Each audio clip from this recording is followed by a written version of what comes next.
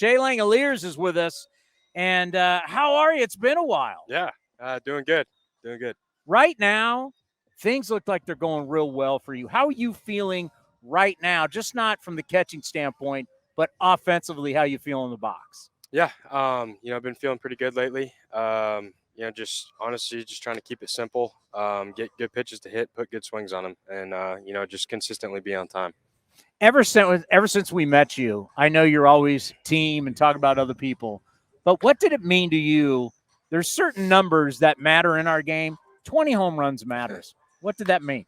Yeah, obviously it was pretty cool. I can't remember who I was talking to the other day, but they said the last catcher to hit 20 homers for the A's was Ramon Hernandez. So. Do you know the other two?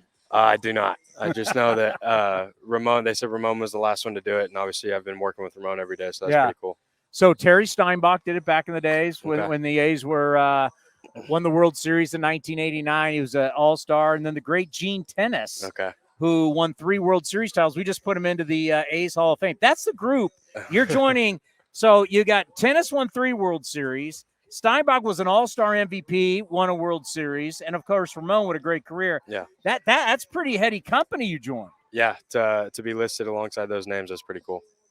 Yeah, and we've talked a lot about how tough this season has been for you, kind of unfair.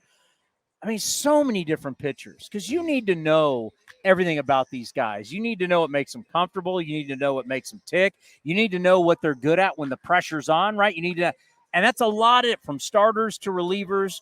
What's this season been like? Because you also got to know the other team too. Yeah. A lot of studying. What's it been like? So many different pitchers. Yeah, obviously it's a lot. There's a lot of information in the game today. So, just trying to take all that in and, continuously get better every day. And like you said, it's, a lot of pitchers, a lot of new faces, just getting to know those guys and, just keep building. Baseball's a really tough game, but, the more we work together, the better we're going to get. What do you think you have truly gotten better at from where you were last year, spring training, start of the season, to where you are now at the end of your first full season?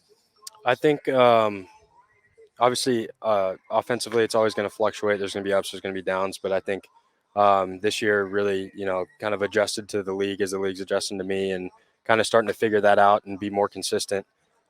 Defensively, I think the biggest thing this year was, game calling and managing a pitching staff and learning how to operate through that like the tense situations, the high leverage situations and towards the end of the game and just kind of navigating that. Now, throwing guys out, you've been second to none in baseball. We knew going into the season, right? The new rules, we're going to challenge you, right? We're going to challenge all the catchers, pitchers, how fast they can get to home plate. You've thrown out a ton of guys. Have you loved bringing this part of the game back? Yeah, it's kind of a mentality for me, almost like wanting guys to try and run just because I know if I do my job, put a good throw or make a good throw, we got a good chance to get an out. And that's saving bullets for the pitchers. It's getting us more outs and getting us closer to the end of the game. Let's talk about some guys that you catch. What's it like catching Mason Miller? Yeah, obviously it's electric. Fastball's up to 103.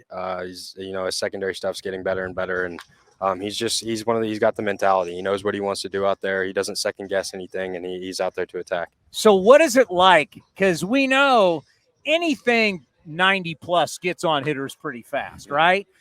But we're now talking 102, 103. So for a hitter, I don't know how they time it. For a catcher, how fast does like 102 get on you? Yeah, when we catch as much as we do, it's nothing crazy. I will say when you start getting north of like 97, 98, it's when the missed locations start to that's when it's harder to make the balls look good because the ball's coming in so fast. So but I mean for Mason, it's not really an issue. It's honestly a lot of fun to catch when he's running those numbers up there. How about this big 6'7" Joe Boyle guy? Yeah, another guy, electric stuff. Fastball was awesome. The command of the secondary stuff was really good the other day. Really, really excited to keep working with him. JP Sears, we've talked a lot with him ever since he's come over from the Yankees. We've always kind of liked his mentality. He's from the Citadel. He's kind of got that regimented military kind of background. I'm so happy for him to get 30 starts, to go through that entire season, to struggle really in August and come on strong here in September. I know it wasn't the outing you wanted yesterday, but just how proud are you of him? I mean, we don't see a lot of guys get 30 starts in a season. Yeah, I mean, that's amazing. He's he's durable. He's going to go every 5 days. You hand him the ball, he's going to go out there. He's going to give you everything he's got. He's another guy. He's got the mentality. He's not scared. He's out there. He knows what he wants to do. He's attacking the strike zone, and he's giving you everything he's got every 5 days. And to watch Trevor May go through what he went through early, let's talk about what, as a veteran and inspiration, what he's meant to you guys, because the catchers, people need to know, the catchers and the pitchers, you're in your groups. Yeah.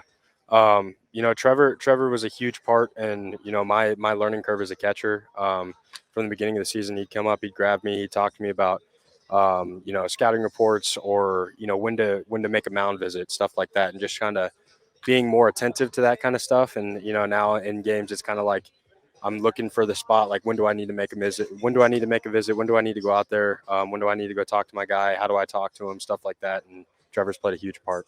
All right, a little bit later here on the show, we talked to Stephen Vogt earlier today. And Vogt talking about going from catching, and he was like kind of a coach last year, but now going full-time. It's a really interesting conversation we have with him at 4:30. But when you think of Stephen Vogt, what did he do for you and the early part now of your career? You're just getting to know him when we were over in Atlanta together, and then coming over here and getting to play with him. Huge mentor for me. He's just obviously an amazing baseball player, even better person. How he handles himself, day in, day out.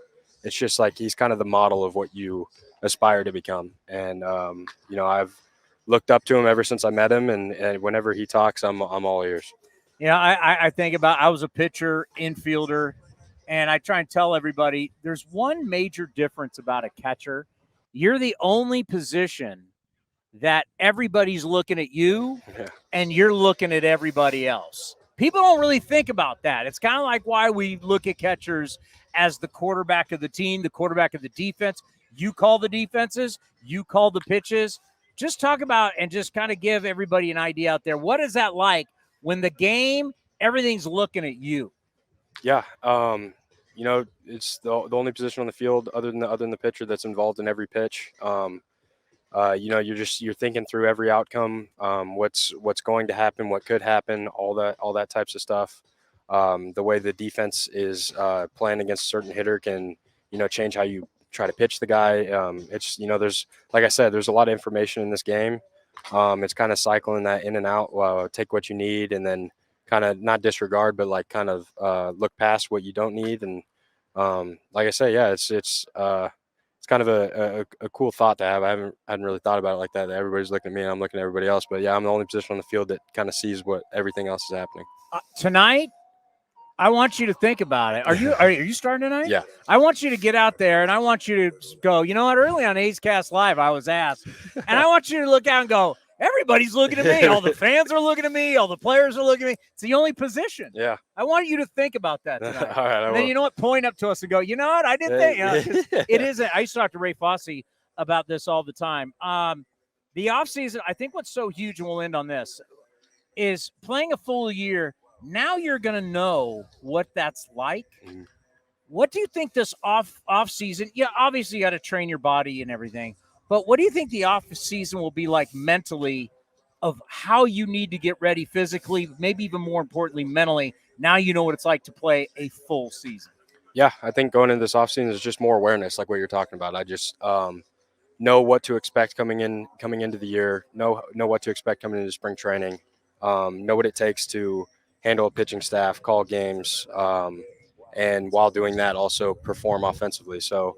Kind of getting that full year experience, it's just a stepping stone to keep building on and build momentum into next year. Well, you do need to disconnect. Get a nice trip planned. You got anything planned? I think me and my wife are going to go to Europe this offseason nice. For 10 days or so and go see London, Rome, Paris. So it should be fun. Enjoy, because before you know it, bang, we're right back at it, and it's spring training. Yeah. Well, it's been fun to watch you grow. I talk about it all the time on this show and the post-game show with the callers that we're building pillars right now. You got to get the pillars before you build the house. You're definitely one of the pillars. and look forward to watching you grow and helping us get back to the postseason like where the Mariners are right now. Yep. Shea Langeliers of your Oakland Athletics right here on A's Cast Live.